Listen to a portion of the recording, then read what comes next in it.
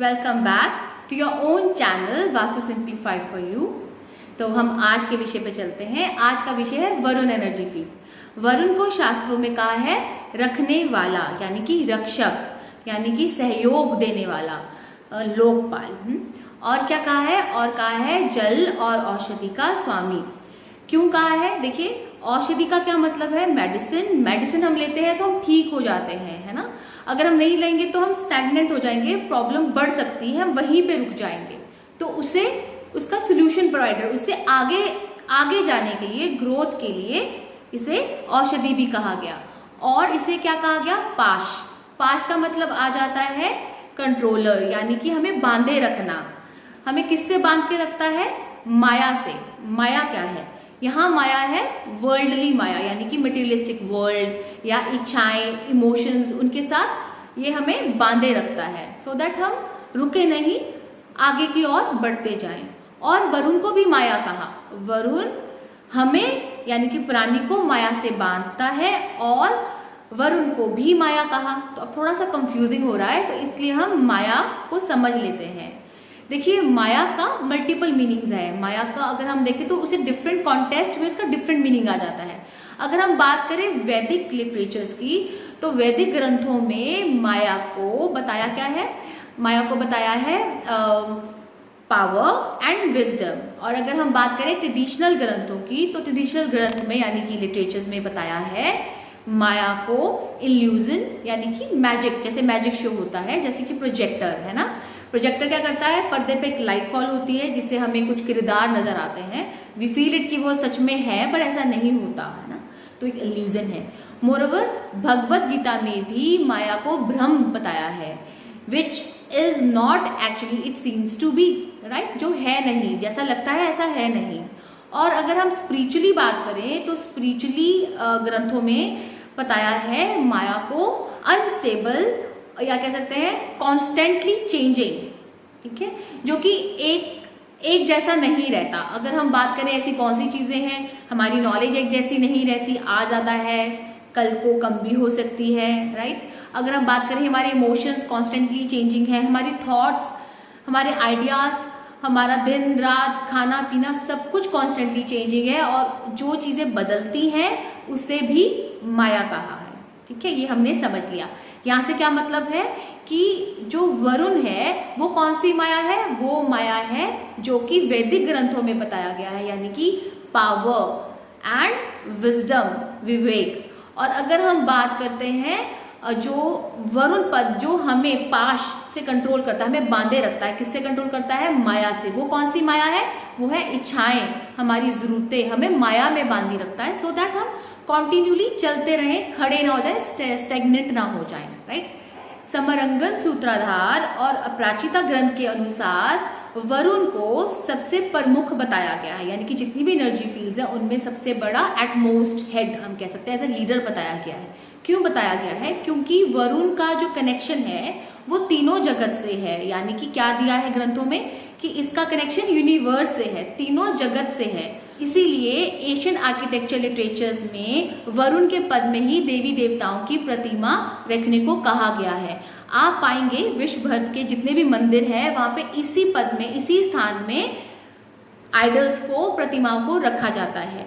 कुछ डिविएशन का डिफरेंस आ सकता है due to the difference between the geographical north and magnetic north. मैं यहाँ पे क्या बात कर रही हूँ, अगर आपको डिविएशन या अगर आपको ट्रू नॉर्थ के बारे में नहीं पता, तो एक चैप्टर नंबर 7 है, यानी कि वीडियो नंबर 7 है, आप उसमें इसकी पूरी डिटेलिंग आपको मिल जाएगी, that what is geographical north. वो लेसन का नाम है geographical north versus magnetic north, ठीक है, वो आप देख लीजिएगा।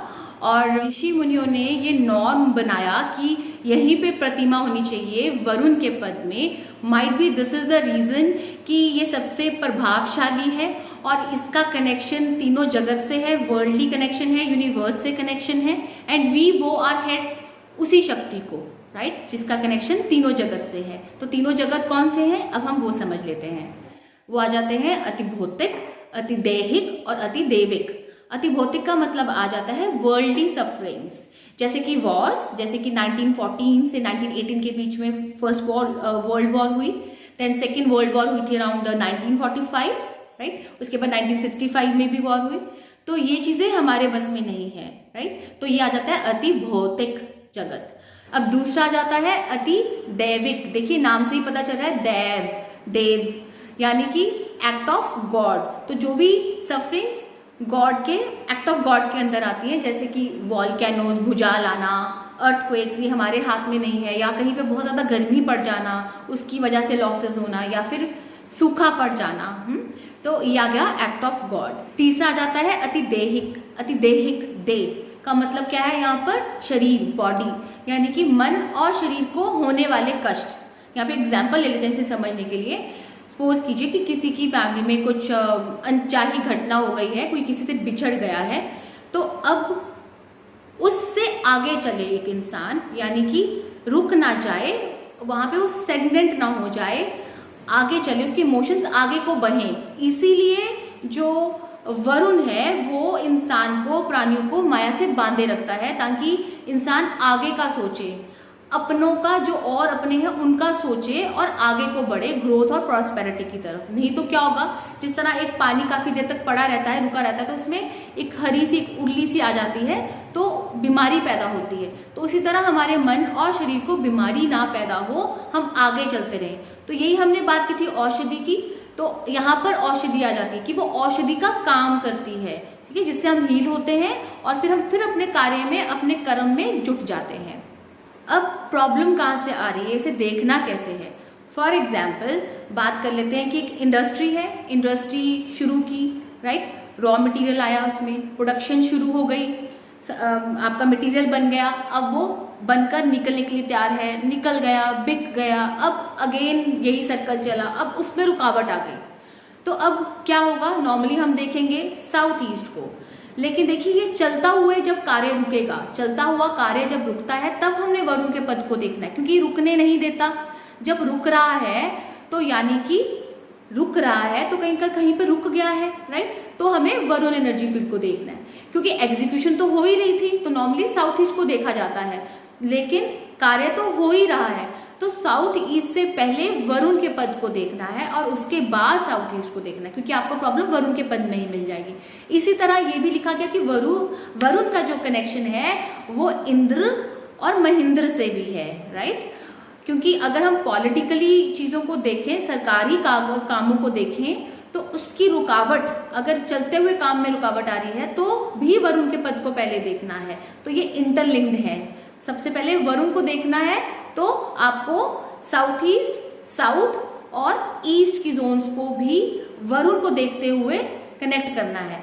मोर ओवर शास्त्रों में इसका कनेक्शन रीति से भी रखा गया है, यानी कि जो पति पत्नी का आपसी प्रेम है उसमें सहयोग, क्योंकि सहयोग है तो उससे भी इसका कनेक्शन है। यानी कि अगर रीति की दिक्कत है, पति पत्नी के रिलेशनशिप में कोई इशू आ रहा है, तो भी वरुण को पहले देखना है, राइट। लास्टली आपने कई वास्तु बुक्स में या ब्लॉग्स में पढ़ा होगा कि वास्तु में west is the zone of growth and prosperity.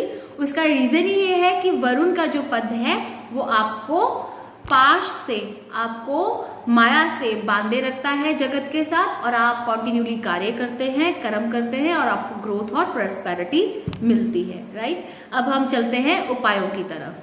तो उपाय क्या है? देखिए, जो मैं हमेशा ही कहती हूँ वो तो यही है कि गंदगी और जाले नहीं लगने दें पूरे घर में, या कमर्शियल है तो कमर्शियल एरिया में। तो ये तो हो गया सबसे पहले। उसके बाद एक वरुण के लिए ग्रंथों में बहुत प्यारी चीज़ दी है उपायों के लिए, वो है कन्फेस करना।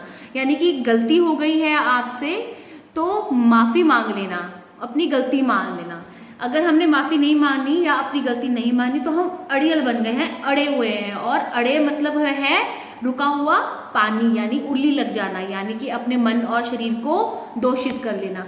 तो वरुण का कहना है कि आगे चलना है तो अपनी गलती मानो और कार्य करो, आगे बढ़ो। तो सिंपल सा उपाय है, गलती हो गई है तो उसको मानो, राइट। ये भी एक वरुण का उपाय है। उसके अलावा है रीति से जुड़ा हुआ है वरुण, यानी कि अगर प्रॉब्लम आती है पति पत्नी के रिलेशनशिप में तो बोला गया है लाल रंग का कमल लगाने को।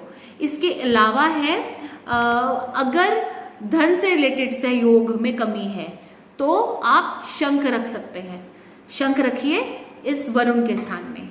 आज के लिए इतना ही। अब हम मिलेंगे अपनी नेक्स्ट जोन में बहुत जल्दी ही। Thank you.